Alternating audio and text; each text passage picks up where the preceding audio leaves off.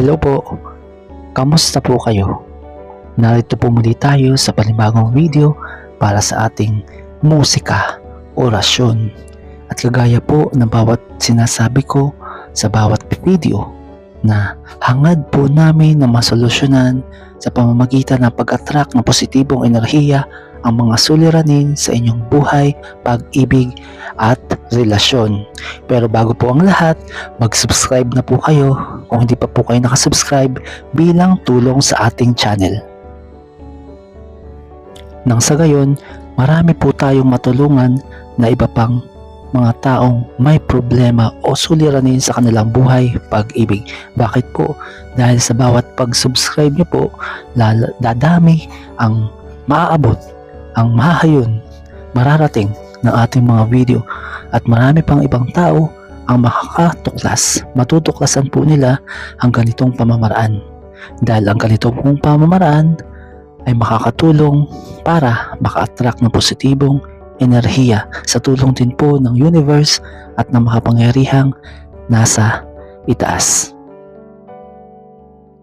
At ngayon nga po, ito ang musika, orasyon para ang cheating na yan ay hindi dadaan sa inyong relasyon. Opo, kumbaga, hindi kayo makakaranas ng ganyang pag-cheat. Walang magiging cheater sa inyo. At kung sakali man na kasalukuyan na nangyayari o nangyari na nagkaroon na ng cheat sa inyo, ay sa pamamagitan po ng musika orasyon na ito, kung kayo man ay magkakaroon ulit ng panibagong relasyon, may iwasan na ninyo na magkaroon ng cheater o kayo mismo hindi ka mang-cheat. Ganun po. At balik po tayo sa ating topic. Ang musika orasyon pong ito ay para maiwasan ang pagkakaroon ng sino man sa inyong dalawa na maging cheater. Paano po? Gawin nyo lamang po, patugtugin ito ng paulit-ulit at sa bahaging may tumutugtog na musika. Opo, sa bahagi po ng video na ito na may tumutugtog na musika, dun po kayo hihiling. Pwede nyo pong sabihin ang pangalan ng person ninyo, yung pangalan ng inyong jowa, kasintahan, minamahal, asawa, o yung taong ginugusto mo, o yung taong nililigawan mo, para kung kayo man ay maging kayong dalawa, ay walang mag-cheat sa inyo. Patutugtugin nyo lamang po ito ng paulit-ulit at hihiling, mananalangin habang tumutugtog ang musika, orasyon. At isa pa pong tips para maging mas mabilis ma-attract natin ang positibong enerhiya, kailangan kayo po ay pag humihiling, huwag nyo sasabihin ang salitang sana. Sa halip, sabihin nyo po matutupad, I claim it. Ganun po ang paghiling. Huwag nyo pong iisipin, huwag nyo pong bibigkasin o iimikin ang salitang sana, ang word na sana, dahil napaka-negatibo po nun. Sa halip na matupad yung musika orasyon, ay parang tinataboy nito yung positibong enerhiya. At ngayon naman po, bibigkasin ko na ang orasyon para sa musikang ito.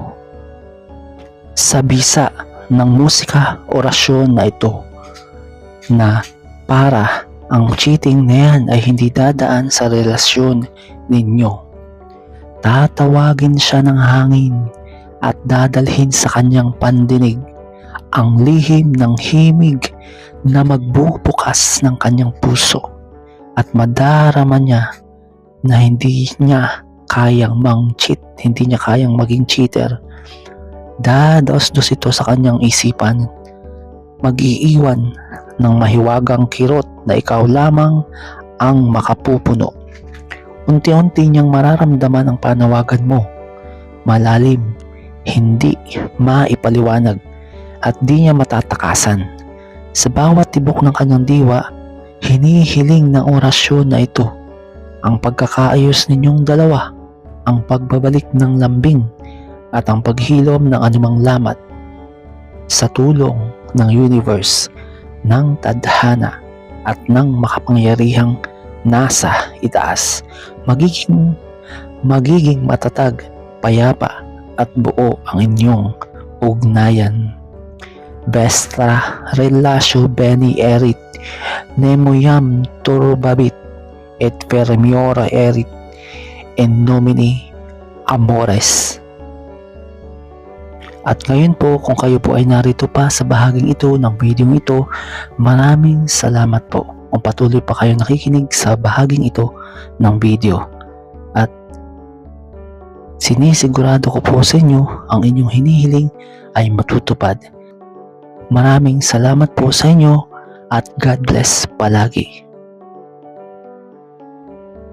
At narito naman po tayo sa bahagi ng video kung saan pipili po tayo ng 3 love tarot cards. Sila po ay tutulong kung paano natin makukuha o makakamit ang ginugusto natin sa musika, orasyon na ito. Sa unang tarot card, ito po ang Reverse the Chariot.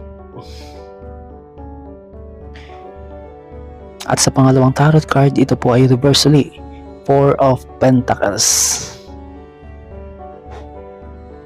At sa pangatlong tarot card, ito po ay reverse uli, the Star.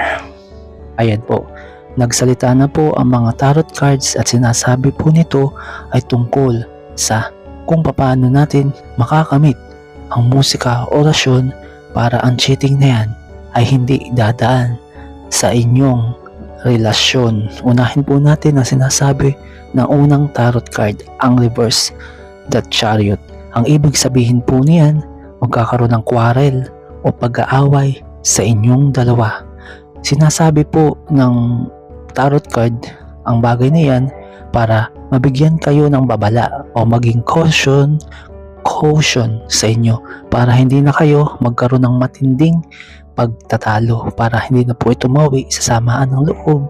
Siyempre po pag nagsamaan ng loob, dyan po gagawa ng mga bagay na parang ikakasakit ng bawat isa at maaaring ng isa po sa inyo ay magkaroon ng idea na saktan ang damdamin kahit hindi naman niya intentionally talaga, kumbaga parang gusto lamang makaganti ng sama ng loob sa isa sa inyo.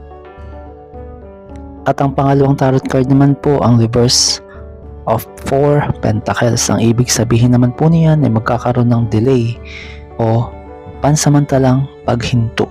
Ibig sabihin po niyan, kung i-apply po natin sa ating musika orasyon na ginugusto po natin na ang cheating ay hindi dumaan sa inyong relasyon, kailangan kung kayo magkakaroon ng pag-aaway, di pagkakasunduan, o magkakaroon kayo ng mga sabihin na nating pagsasalitaan, pagpapalitan ng masasakit na salita, ipagpaliban nyo na lang po muna iyon nang hindi mawi sa mas matindi pang problema. Sabi nga po, ang problema ay hindi solusyon, hindi pwedeng solusyonan ng isa pang problema. Kung kayo magkakaroon ng di pagkakasunduan o pag-aaway, kailangan pagpaliban nyo na po muna ang pag-uusap ninyo nang sa gayon lumamig ang bawat isipan at hindi na makapagsalita ng masakit sa isa't isa.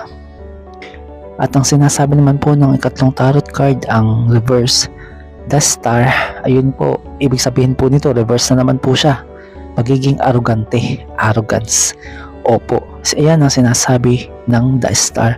Sinasabi po yan ng tarot card. Mapapansin nyo po, puro reverse yung ating tarot card.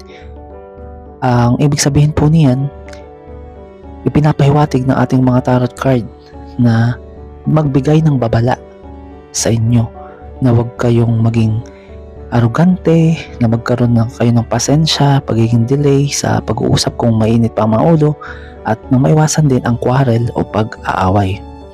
Yun po ang sinasabi ng mga tarot card. Nagbibigay po sila ng babala nang sa gayon hindi pa mas mauwi sa mas malala pang problema ang inyong mga problema sa relasyon.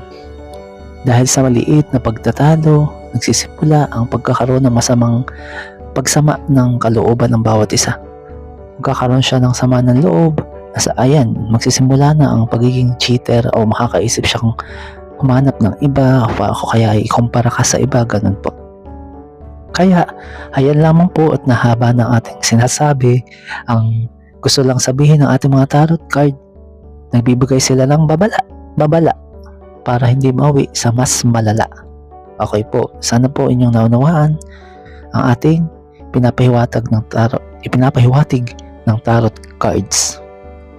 Yun lamang po at maraming salamat. Sa susunod pong bahagi ng video ito ay ang musika, orasyon, kung saan tutugtog ang musika at doon nyo na po sasabihin, hihilingin ang inyong kahilingan para sa person mo. Maraming salamat po at God bless.